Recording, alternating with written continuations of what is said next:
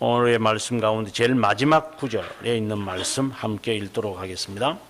그 시체를 나무 위에 밤새도록 두지 말고 그날에 장사하여 내 하나님 여호와께서 내게 기업으로 주시는 땅을 더럽히지 말라.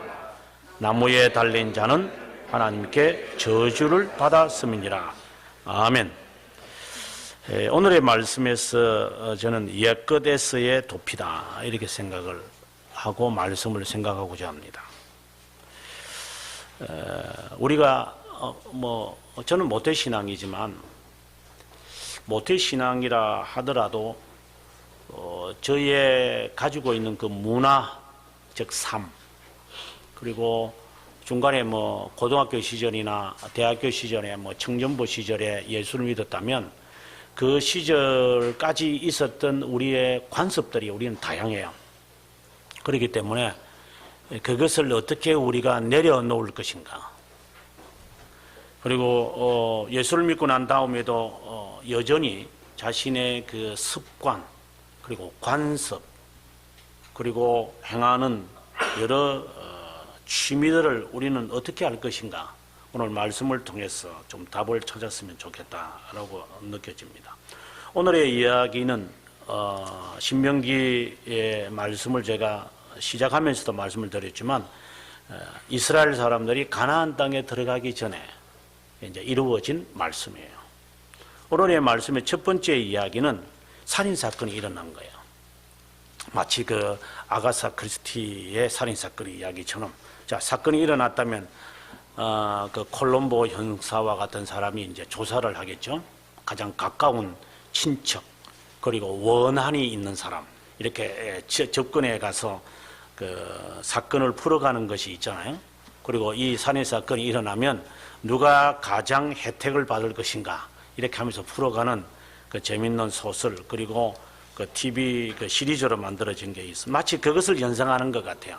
자, 살인 사건이 일어났는데 이게 누가 죽인 것에 대해서 아무도 발견되지 못한다. 요즘 같으면 CCTV가 있어서 발견할 수 있는데, 이때 당시에는 우리가 아다시피 그 숲속이었을 것이고 사람들이 인적이 드문 세상인데 이것을 어떻게 처리할 것인가 라고 했을 때, 독재자 같은 경우에는 사람들 다 불러 모아가지고 살인자가 안 나올 것이냐, 이렇게 카운트다운을 시작한다. 하나, 둘, 셋 이렇게 하면서 할 수 있겠지만, 하나님을 믿는 사람들은 이것을 어떻게 해결할 것이냐는 거죠.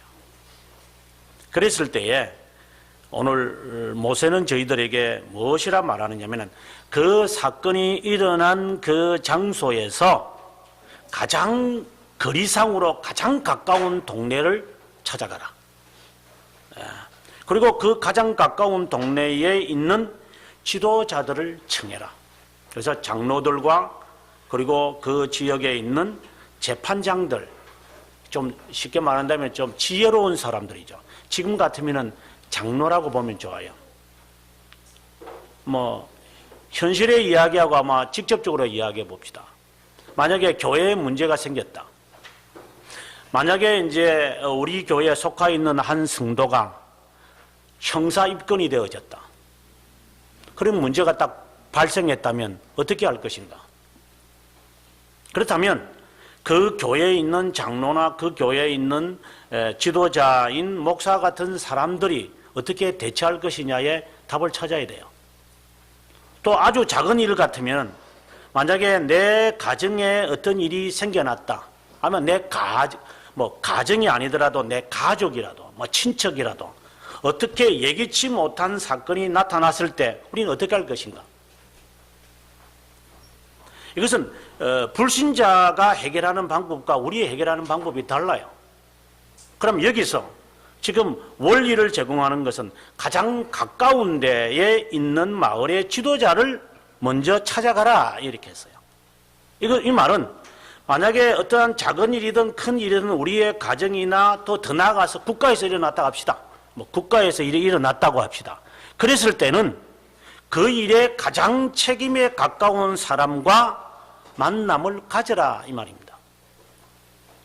이게 벌써 이제 불신자와 우리와의 사이가 조금 벌써 거리가 되는 것인데, 그러고 난 다음에 그곳에서 가장 가까운 장로들을 데리고 온 뿐만이 아니라 부리지 아니하는 송아지라고 했으니까 이게 무슨 말이냐면 멍에를 매지 않은 송아지, 그냥 애꿎은 송아지죠.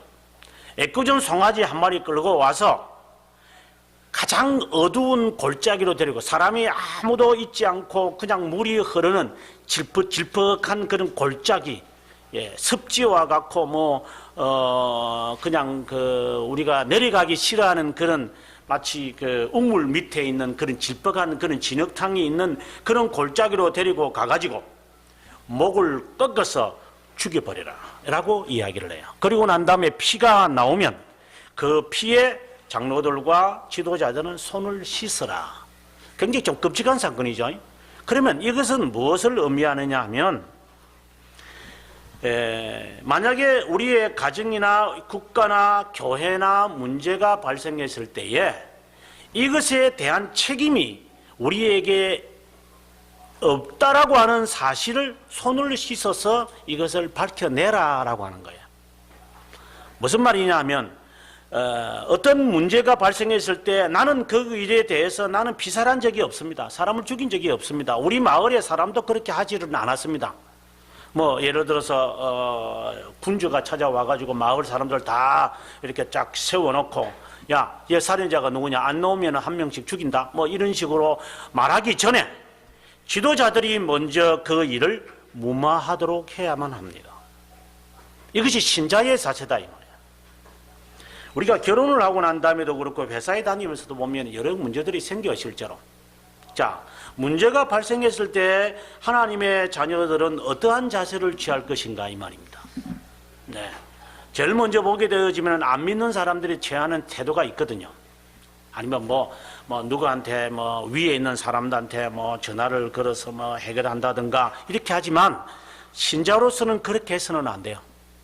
만약에 문제가 발생을 하면 예기치 않는 일이 일어났다고 생각하면 그는 교회의 지도자와 상관을 먼저 해야 돼요. 이것은 기독교인의 자세예요. 네. 자기가 해결할 수 있는 문제 같으면 모르겠지만 그렇지 않는 경우에는 교회 지도자를 하나님이 왜 두었겠어요? 이런 일까지 목사님하고 이야기하나? 그럼 목사가 그런 일 때문에 있는 것이지 뭐 때문에 목사가 있는 거예요? 우리의 습관이에요. 만약에 아직까지 그런 습관이 되어 있지 않는다면 빨리 고쳐야 돼요, 그거는.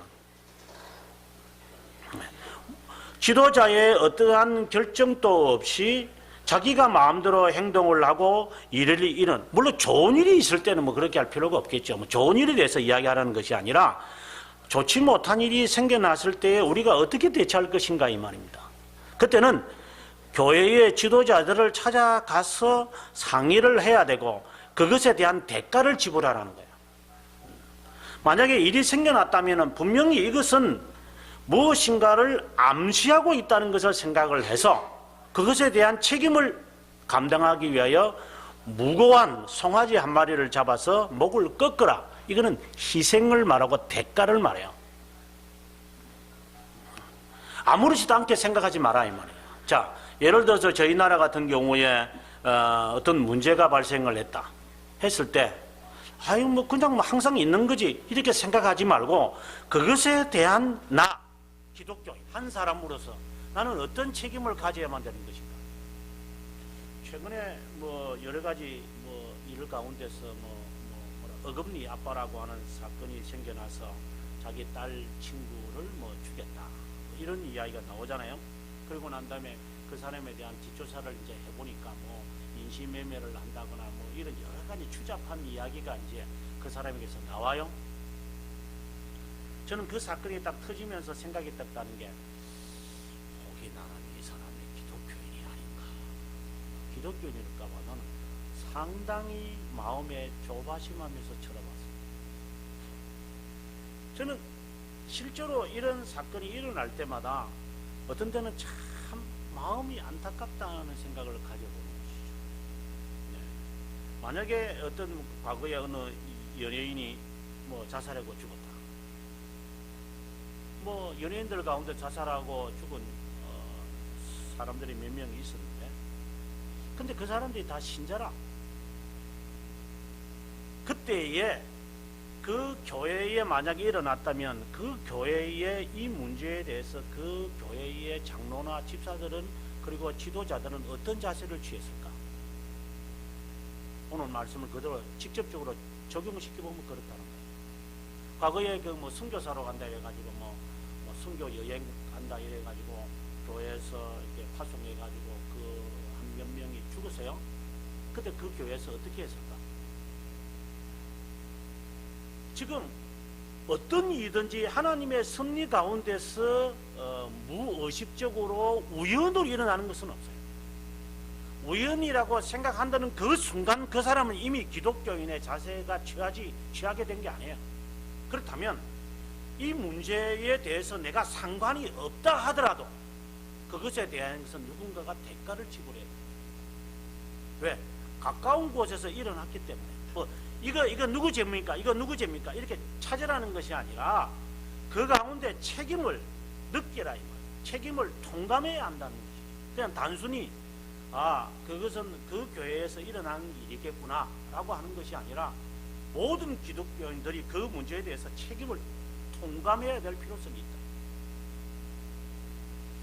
그러고 난 다음에 이제 두 번째 이야기로서 이제 모세가 오늘 제가 본문을 택한 것인데, 너희가 전쟁하러 갔을 때 적군과 싸웠는데 전쟁에서 내가 이겼다. 전쟁에서 이겨서 이제 그 노형물은 다 그 노예가 되잖아요. 거기에 뭐 포로는 다 전쟁에서 포로가 되면은 그는 무조건 그 고대 사회에서는 노예가 되는 거예요. 근데 그 가운데서 예쁜 여성이 있어서 내가 저 여성을 내 아내로 삼고 싶다 하는 마음이 든다면 그 다음에 이야기가 나오는 거예요.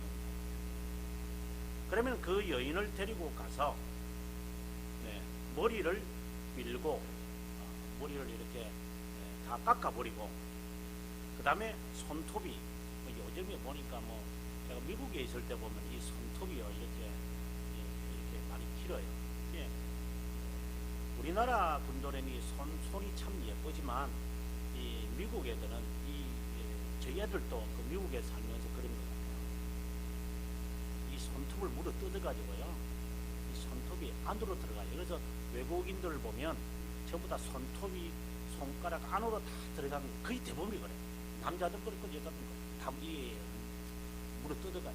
근데 한국 사람들은 태생이 손이 참 예뻐요. 그런데 한국에 뭘 손톱에다가 뭐 그냥 갖다 붙이고, 요즘 젊은 애들 보면 저는 좀 답답하고 거예요. 한국 사람들 본래 예쁜 거야 이게 할 필요 없어요. 그런데 요즘 한국에 있는 애들이 할 게 없는 것 같아요. 이제는 앞으로 아마 제가 보니까 이제 손톱을 이제 저리 장난치는 거 보니까 나중에는 발톱다고 할 거겠죠. 발톱도 니는 아무도 보지도 않는데 발톱도 그림을 갖다 붙이고 무슨 급가라지 갖다 붙이고 아마 할 때가 아마 지금도 시작됐겠지만 아마 그럴 때가 올 것 같아요.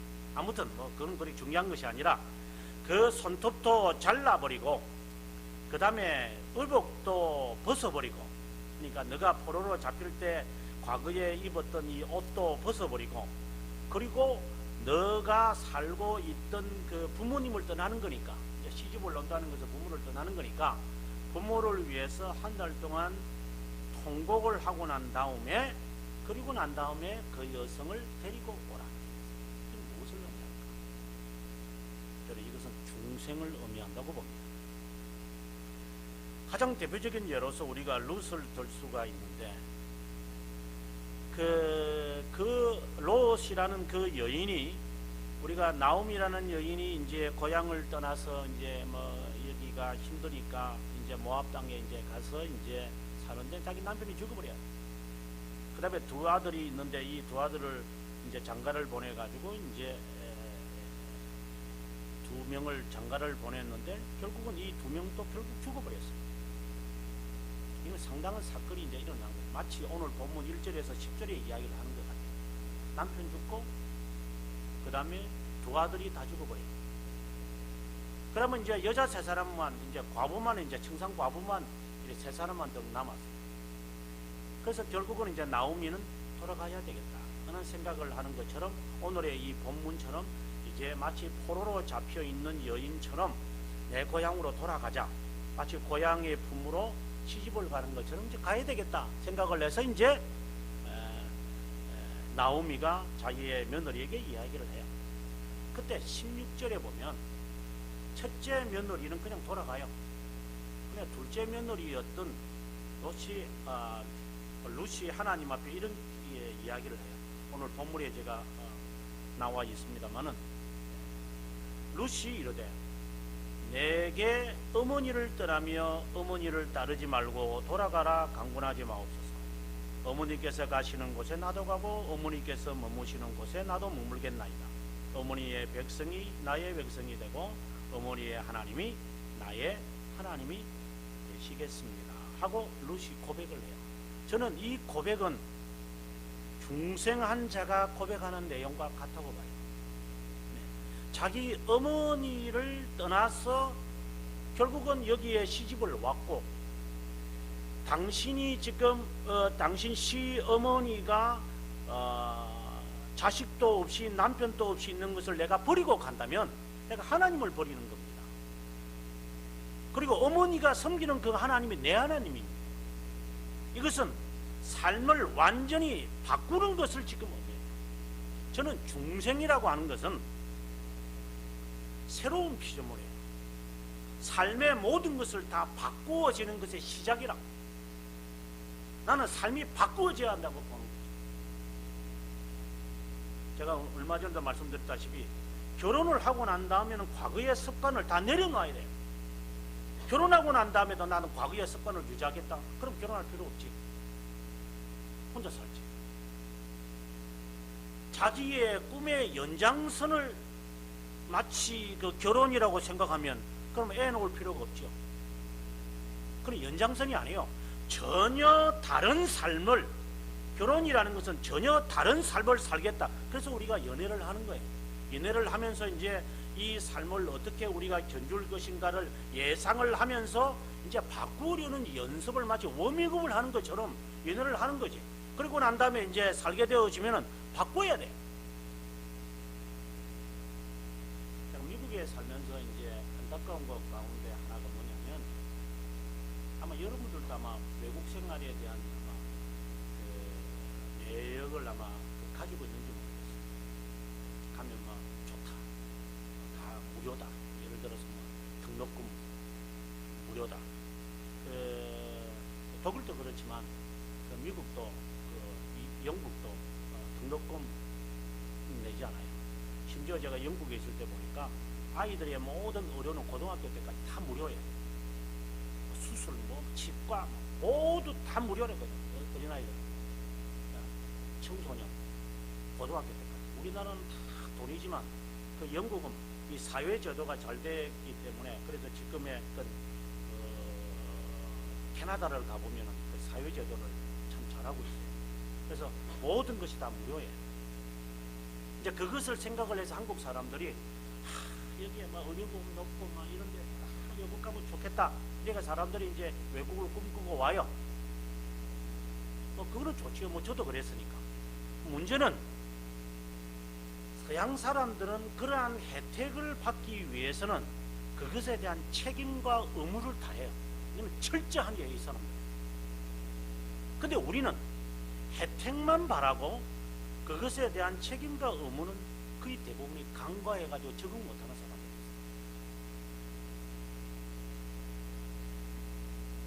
있어요. 예를 들어서 우리는 이제 운전을 하다가 이제 근거가 되면, 아저씨, 요즘은 그렇지 않겠지만 과거에는 운전면허증 밑에다가 그때는 5,000원인데 5,000원, 아저씨 이거 보시죠. 이렇게 하면 그래요.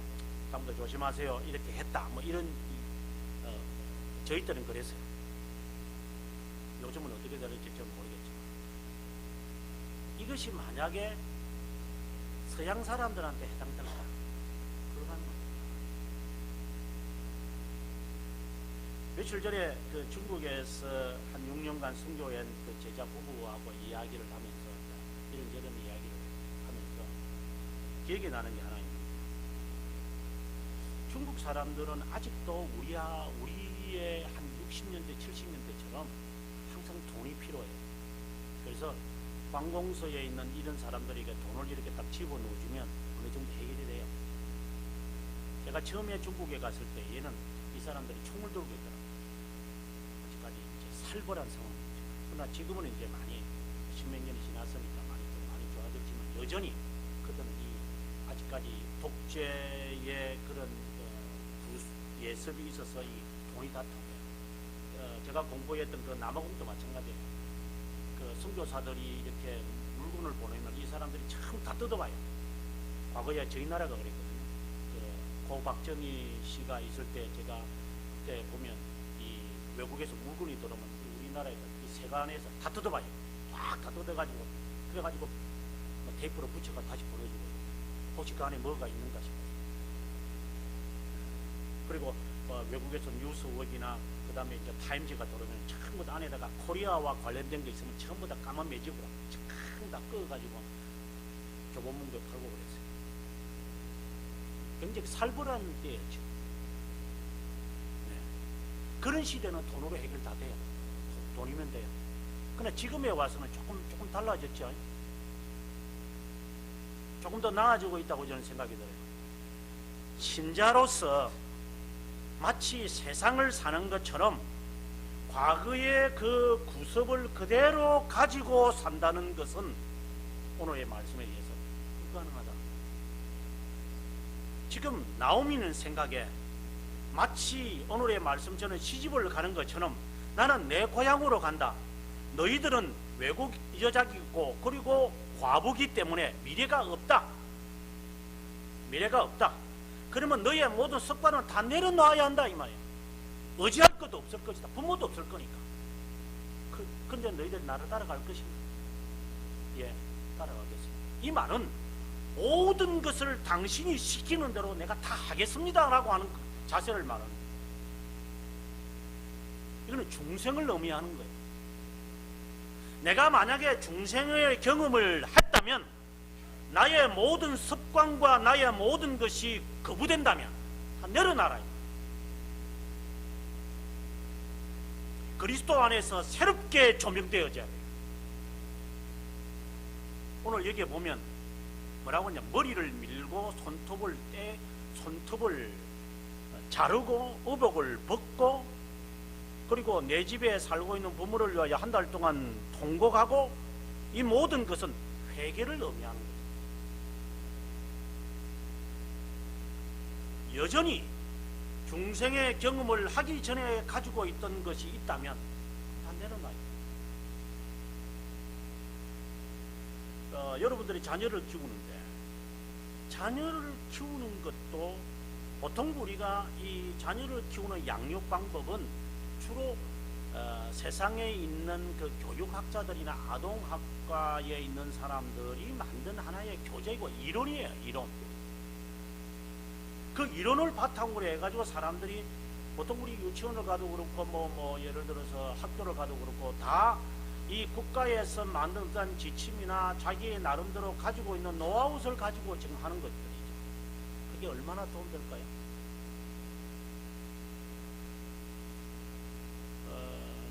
어제 이제 그 교회에 가서 어제 이제 집회를 인도하고 목사님하고 대화를 하다가 목사님 이런 말을 해요. 어느 교수님을 아느냐 그랬어요. 그 교수님 잘 안다고. 저희 학교 교수를 봐요.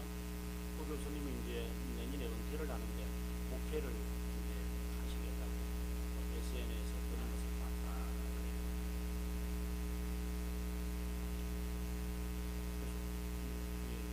하시겠죠. 제가 뭐 그걸 인정하든 안 하든 하시겠죠.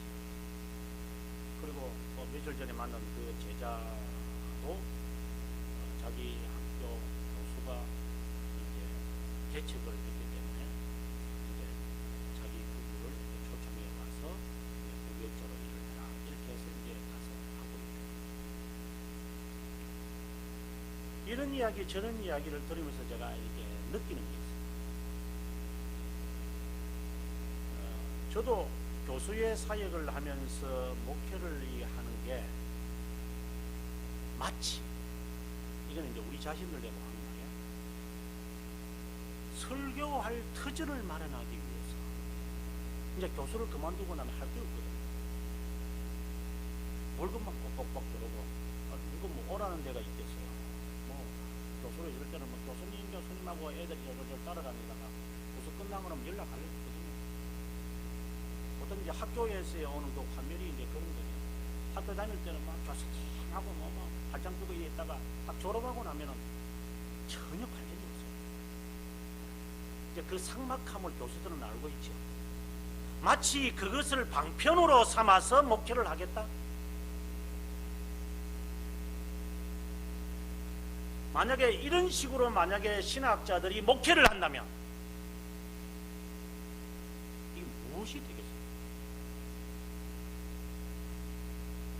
마치 이제 그 학교를 졸업한 이제 신학생들이 예를 들어서 아이고 뭐 부교육자 생활하는 것도 그렇고 내가 그냥 개척이나 해볼까? 여기 공릉동에서 이렇게 보게 되어지면 제가 이 거리를 이렇게 오랫동안 다니다 보면 세워졌다고 쓰지는 거거든요. 개척 하나가 여러분 아다시피 얼마나 힘든지. 제 말은 뭐 재정적으로 힘들고 이걸 말하는 것이 아니라 한 영혼을 중생의 경험을 시키고 놓고 난 다음에 하나님의 사람으로 자라나게끔 만드는 것. 우리도 우리의 자녀를 지금 7년, 10년, 18년 동안 애들을 양육하지만 그 버릇 하나 우리 못 고쳐요.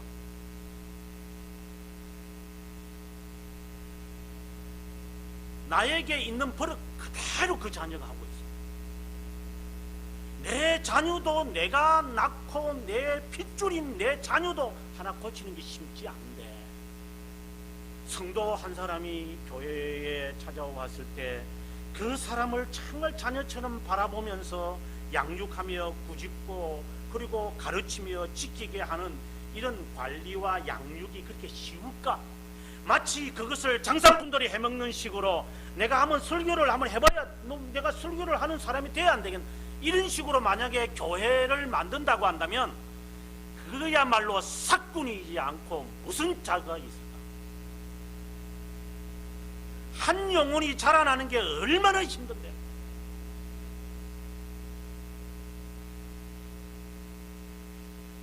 처음에 제가 그 목회를 하기 전에 제가 아직 지금 인터넷 보는 것도 있어요. 제가 처음에 이 한국에 왔을 때 많은 사람들이 제가 집회를 인도하고 이럴 때 교수님 목회하셔야 됩니다. 목회하시면 잘하실 것입니다. 이러면서 저를 많이 부름 위에 띄우는 분들이 많았어요. 그때 제가 그 에세이를 하나 씁니다. 박사가 목회, 박사. 그때 이제 이제 글을 받았던 기자가 하는 말, 교수님이 좀 너무 말이 좀 세지 않습니까? 내 말의 의도는 목사가 목회해야지 박사 가지고 목회한다. 박사야. 교수 아무 소용 없어요. 교수를 가지고 제가 처음에 이제 라디오라든가 TV라든가 이렇게 해서 그것을 보고 사람들이 찾아온 사람들이 꽤 많았어요. 지금 남아있는 사람 한 명도 없죠. 그게 무슨 소리야? 박사와 유명세가 그 성도를 자라게 하는데 무슨 소용이 있어요? 목사가 목회하는 거죠. 만약에 지금도 제 마음속에 조금이라도 교수가 목회를 한다고 생각을 한다면 저는 이미 싹입니다. 목사가 목회합니다. 중생의 경험을 하게 하는 그 성도를 어떤 때는 손톱을 자르게끔 해야 됩니다. 어떤 때는 머리를 밀게끔 해야 됩니다. 어떤 때는 그 의복을 벗도록 해야 되고 어떤 때는 부모를 위하여 통곡을 하는 회개에 이르도록 해야 되는 이 일이 쉬운 일이 아닐 것이다. 아니 이것은 지도자에게 향하여 있는 것이 아니라 우리 자신에게도 마찬가지다. 내 옛 습관을 벗어버리는 그 일에 있어서 얼마나 우리는 자르고 벗어야 돼. 그래서 사도 바울은 저희들에게 하는 말이 옛 습성을 벗어버리라. 옛 사람을 벗어버리라. 새 사람을 입어라. 그리고 그리스도로 옷을 입어라. 얼마나 강조해. 예수 그리스도는 하시는 말씀 가운데 하나는 부러움을 빼버리라. 차라리 소경된 자로 천국에 들어가는 게 차라리 나을 거예요. 그만큼 우리의 옛 습성을 버리는 게 그렇게 쉽지 않다라는 이야기를 합니다. 어떤 핑계를 가지고도 우리는 이것을 유지하려고 해요. 내 습관, 그리고 내가 가지고 있는 이 신념, 그래서 우리는 좀처럼 포기 못해요. 이것을 만약에 그가 중생의 경험을 한 사람이라면 이걸 언제든지 내려놓을 수 있습니다. 왜 그런 말을 할 수 있느냐? 오늘 본문 마지막 절이 우리들에게 그 힌트를 우리에게 줘요. 오늘의 이 마지막 절 22절과 23절의 말씀은 갈라디아서 3장 13절에 있는 말씀을 그대로 나중에 인용되어지는 거예요. 예수 그리스도께서 밤새도록 나무 위에서 달리셨다. 이렇게 말할 수 있죠. 나체로 달리셨다. 왜 오늘의 사건의 이야기를 지금 마치 그 루스의 이야기를 쭉 하는 것처럼 보이고 중생의 이야기를 하는 것처럼 보이고 삶에 대한 이야기를 하다가 제일 마지막에 갈라디아서에서 나오는 이 말씀이 인용되어지는 이 말씀으로 마무리를 했을까? 이 모든 우리의 지금 옛 습성과 옛 것을 벗어버리는 이 과정은 결국은 그리스도의 십자가를 생각하지 않으면 불가능하다는 것입니다. 그러면 우리가 한번 생각해보면 예수 그리스도는 십자가 생에서 어떻게 당하십니까?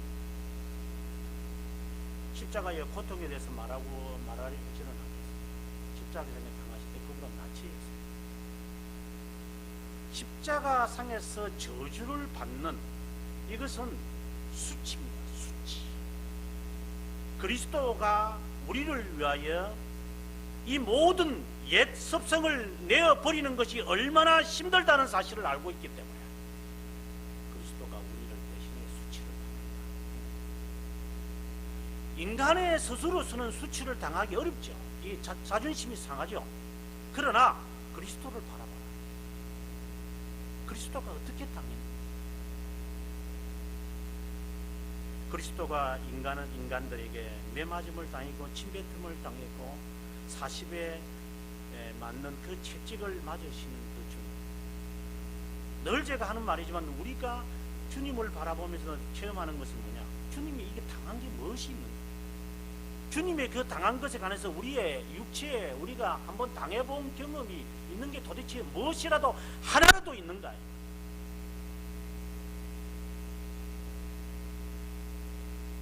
제가 이 나이가 되면서 곰곰이 생각해 보아도 내가 그리스도를 위하여서 어떤 하나라도 한 것이 있는가? 나를 위해서는 내가 할 수 있어. 내가 내 자식을 위해서 한다거나 내가 내 가족을 위해서 한다거나 부모를 위해서는 뭐 어쩔 수 없이 뭐 식은 뭐 죽을 먹듯이 내가 어쨌든 해야 돼. 주님을 위해서 한 게 무엇이 있어요? 우리가 주님을 위해서 어떤 책임과 봉사와 헌신을 해도 합니다. 그분은 저주를 받았다고 했어요. 십자가 상에서 마치 매달리는 것처럼 나무에 달린 자마다 저주를 받는다고 했는데 그 저주를 받는 그분의 삶 앞에서 오늘 방금 이야기하는 것처럼 머리를 밀고 뭐 손톱을 자르고 뭐 포로 때 입었던 옷 벗어버리고 부모를 위하여서 한 달 동안 통곡하고 회개하고 그게 무슨 가치에 거기에 비교가 될까요? 그게요? 그는 중생하지 않는 사람들에게는 제가 볼 때는 이 말에 해당되지 않아요. 왜? 제멋대로 살 거니까. 하나님의 자녀가 아닌 사람들에게는 이러한 요구가 필요 없어요. 그러나 적어도 그리스도가 나를 위하여 죽었다고 하는 생각을 조금이라도 하고 있다면 오늘의 말씀처럼 우리에게 소송을 벗어버립니다.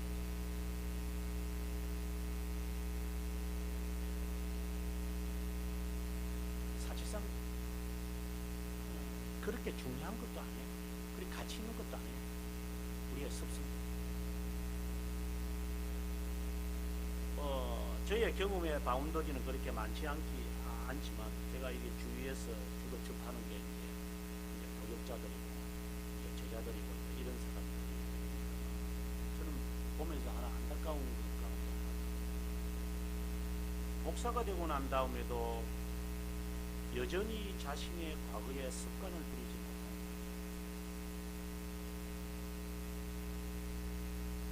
중생의 경험을 저는 했다고 생각하지는 않지만 그럴 수는 없어요. 어제 제가 지난번에도 한번 제가 갔고 어제도 제가 간 그 교회지만 그 목사님하고 만나서 이야기를 했을 때 목사님이 얼굴에 어두움이 있어요. 그 교회에 어려움이 있어요. 인터넷에 들어가면 다 드러나는 교회의 어려움이 있어요. 물론 이렇게 말하면 이런 말을 들을 수 있고 저렇게 말하면 저런 말을 들을 수 있겠어요. 법이요 하면요 다 넘어져요. 최근에 박근혜 씨가 30분 넘게 발표했다. 이렇게 법이요 말하면요 사람 다 넘어져요. 어느 한 명 앞에 갖다 놓고 기초사를 해가지고 우리 가운데 한 명이라도 누구든지 간에 법이요 해가지고 안 넘어질 사람 세상에 한 명이라도 있나요? 그렇게 말하기 시작하면 할 말이 없어요. 만약에 이와 유사한 일이 교회에서 만약에 발생했을 때 생각해야 되는 것은 과연 그 사람이 중생의 경험을 한 것입니다. 교회에 일어나는 여러 가지 문제들은 대체적으로 정말 안타까운 사람들이 문제를 만들어냅니다. 최근에 저희 제 얼굴에 침 뱉는 이야기지만 우리 학교의 문제 때문에 지금 애들이 이제 대자보를 붙이고 그래요. 대자보를 붙이고 물러가라 이렇게 해요. 그 좋아요. 잘못한 것에 대한 불의에 대해서 참지 못하는 그 젊음의 열정이 있다는 것을 칭찬합니다. 근데 지금이 어떤 시기냐면 이번 토요일부터 이제 신입생이 들어오는 면접하는 거예요. 이 학교를 처음에 들어오는 사람들이 굳이 그러니까 대자보를 붙여놓고 학교에 대한 부끄러움을 말해야 도대체 누구를 위한 거예요? 지금 이 학교를 입학할 아이들도 아니고 이 학교를 구경하러 온 사람들이 굳이 그런 치부를 드러내어 가지고 말해야 되는 것은 도대체 누구를 위한 거예요? 이것도 기독교입니다. 저는 같은 기독교인으로서 과연 도대체 이것이 사려 분별이 있는 애들인가요? 마치 교회도 마찬가지입니다. 가정도 마찬가지인 것입니다. 우리의 삶이 과연 나의 손톱을 자르고 머리를 밀고 옛 습성을 옷을 벗어버리는 삶인가 이게?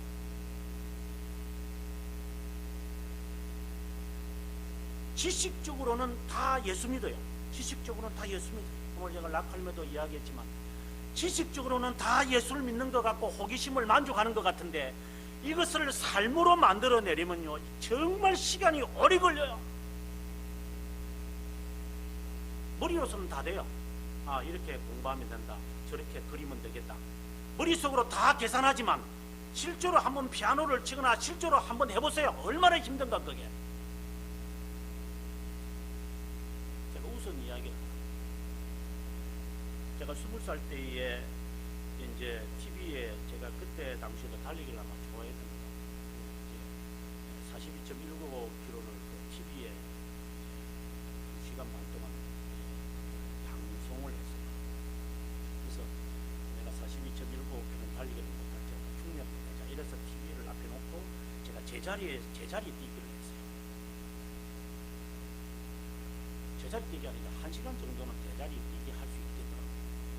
1시간 지나니까 제자리 뛰기도 못하겠더라고요. 방에서 뛰죠. 그래서 마음에 지금까지 생각을 해요. 뭘까 보네요.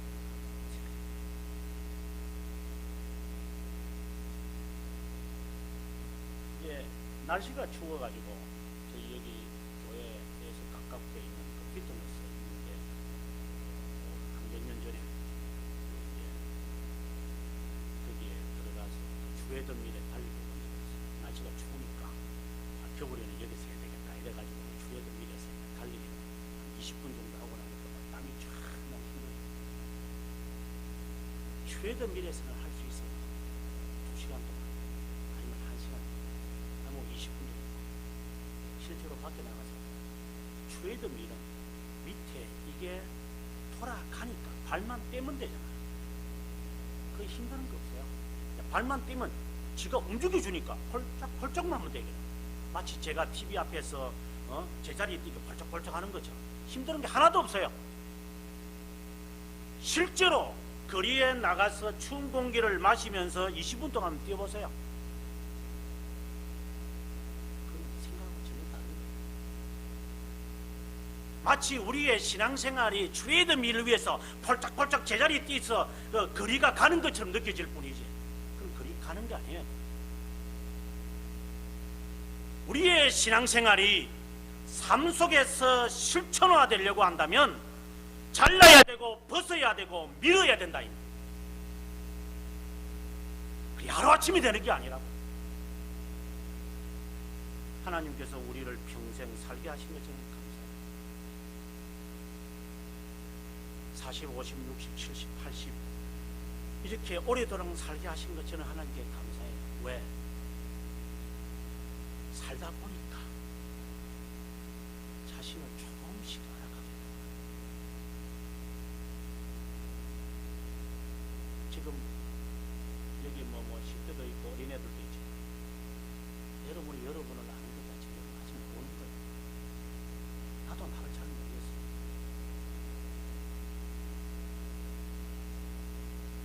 모른다는 것을 인정해요.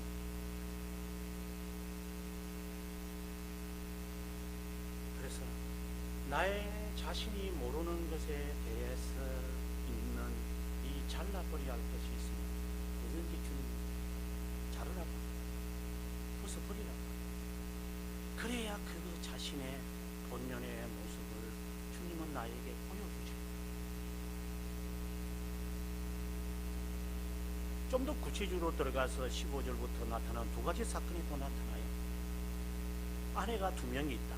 이거는 좀 좋지 못한 신뢰죠. 아내가 2명이 있다는 것은 이걸 하나님께서 허락하는 것이 아니라 만약에 아내가 2명이 있다면 하고 한 명은 좀 싫어. 근데 장자를 낳아서 근데 둘째는 좋아하는데 뭐 아들이 없거나 뭐 차자를 낳았어. 그렇다면 어떻게 해요? 장자에게 2 몫을 주어라. 아내가 싫다고 해서 자녀에게 안 줘서는 안 된다. 이 말은 무슨 말이냐? 내가 싫어하는 거라도 의무와 책임을 해야만 한다. 어린아이들을 이렇게 가만히 보면 판단을 해서 행동하는 것이 아니라 자기가 좋아하는 것을 행하는 경우가 많아요. 이게 어린아이예요. 그 다음에 18절에서 보게 되어지면 아들이 있는데 말을 듣지 않는다. 부모가 징계를 내려도 쉽게 말해서 빗장덕으로 듣지도 않는다 이 말이에요. 사실상 저도 부모에 대한 입장에서 볼 때 자녀가 부모의 말을 참 안 듣는 게 많아요.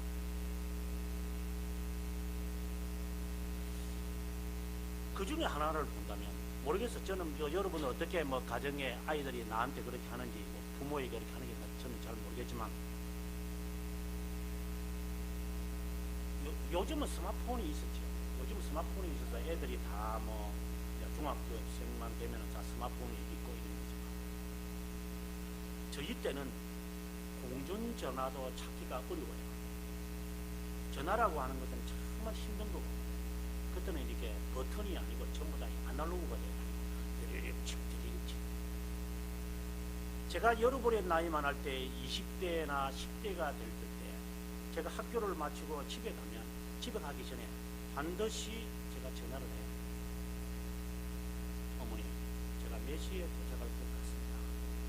아, 그래, 몇 시에 도착하냐? 알았다. 이걸 제가 여러분들에게 무슨 본받아라는 신뢰를 말하는 게 아니라 세상에 이렇게 편한 세상이 있어요. 자녀가 부모에 대해서 어떤 태도를 해야 되는 것은 이게 자명한 사실이에요. 이보다 더 어려운 일도 있어도 해야 돼요. 그게 못된 이게 자녀들이 이게 부모들한테 큰 소리를 치고 뒷잔당으로 안 듣는 이런 애들이 있으면 어떻게 하라고 그랬어? 돌로 쳐 죽여라고 그랬어.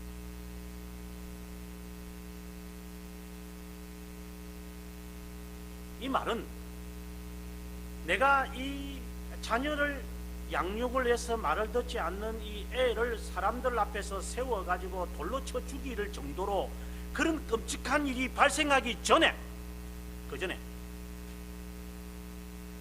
차별하지 말고 사랑하고 그 아이가 예습성을 그대로 유지하지 못하도록 가르쳐 지키게 하라. 그렇지 않으면 죽여버릴 테니까. 사람들이 와서 돌로 쳐 죽인다. 그렇다면 이 부모된 입장으로서 그 자녀를 어떻게 양육해야 된다는 것이 자명한 사실인 것처럼 신앙생활을 하는 사람들이 또 동일한 위치, 정말 경건하게 살아요.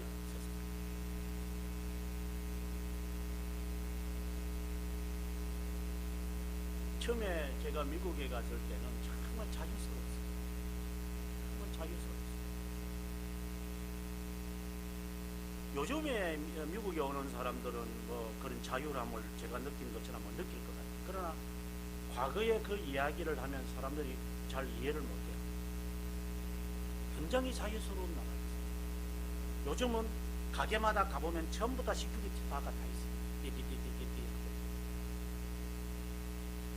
미국이라는 나라는 이런 속이는 이런 것이 습관이 안 돼 있기 때문에 몰래 누군가 가가지고 흑인들이면 몰래 물건을 훔쳐서 안에 아니면 집어넣고 옷을 갈아입고 약간 피팅룸에 가가지고 옷 갈아입고 나가고 그런 거 그렇게 신경 안 썼어요, 이 사람들은. 근데 요즘은 얼마나 신경 쓰는지 몰라요. 누가 이렇게 버릇을 만들었을까요? 이민에 오는 사람. 이민에 오는 사람들이나 유학해 오는 이런 사람들이나 방문하는 이런 사람들이 자신들의 이 습관을 가지고 그대로 이 나라에 와서 자유스러운 이 나라에 다 휘젓는 거야. 그러니 그 미국 애들이 정말 너무 괴로운 거야. 그래서 그 1년에 잊어버린 물건을 이렇게 잊어버리거나 아니면 이렇게 훔쳐가는 것을 예산으로 잡아요, 이 사람들은. 100만 달러, 100만 달러. 아니면은 수십만 달러. 아예 예산을 집어. 왜? 잊어버릴 것을 각오하고 있기 때문에 그것을 찾아내려올 필요가 없다, 이 말이야. 아예 그냥 예산으로 잡아놓고 이 사람들은 이 예산을 집행해요. 왜 그런 일을 우리가 해야 될까요? 이민자들이 자기 나라에서 하고 있는 그 습관 그대로 가까워서 이 나라를, 제가 말하는 이 나라라는 것은 미국이라는 이 자유스러운 나라를 다 뭉개버렸습니다.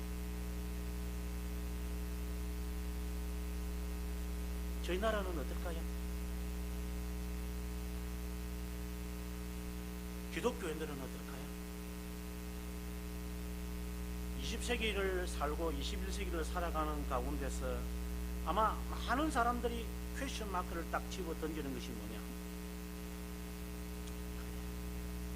기독교를 되돌릴 수 있다. 비난받는 사회로. 이제는 우리가 말하는 목사라고 하는 이 이름도 이제 내걸기가 어려운 정도. 이 사회가 아예 이제 문화로 이제 접어졌어요. 누가 이렇게 만들었어요? 한 사람 한 사람이 다 만들지 않았어요. 살인 사건이 일어났어요. 그렇다면 그 오늘의 이 말씀처럼 나라도 바로 해야 되는구나. 마치 송아지 머리를 꺾어버려서 죽여버리는 것처럼 나는 정말 바로 살아야 될 것이다. 이렇게 돼야 되지 않을까? 아무렇지도 않게끔 그 사실을 알고 있으면서도 나도 그렇게 행동을 한다면 그 책임은 누구에게 있을 것인가? 오늘의 내린 말씀 저는 돌로 쳐지는 것이다. 이 말은 심판을 받을 것이다. 나는 우리는 하나님 앞에 이런 심판의 대상이 안 됐으면 좋겠어. 내가 있는 이 돗자리만큼 탁 밖에 나가서 스포트라이트를 하지 않는다. 내가 앉아 있는 이 돗자리만큼은 깨끗하게 나는 지내야지. 오늘 나에게 주어진 이 임무만큼은, 이 사람만큼은 나는 바로 해야지. 그런 힘은 나에게 어디에 있어요? 22절과 23절의 말씀처럼 주님의 수치를 당하신다. 나도 이 수치를 당하지. 하는 것이 우리에게 있어야지. 이런 사람, 나는 진정한 중생의 경험을 한 사람이에요. 사랑하는 우리의 세롬에 속한 성도, 이런 사람들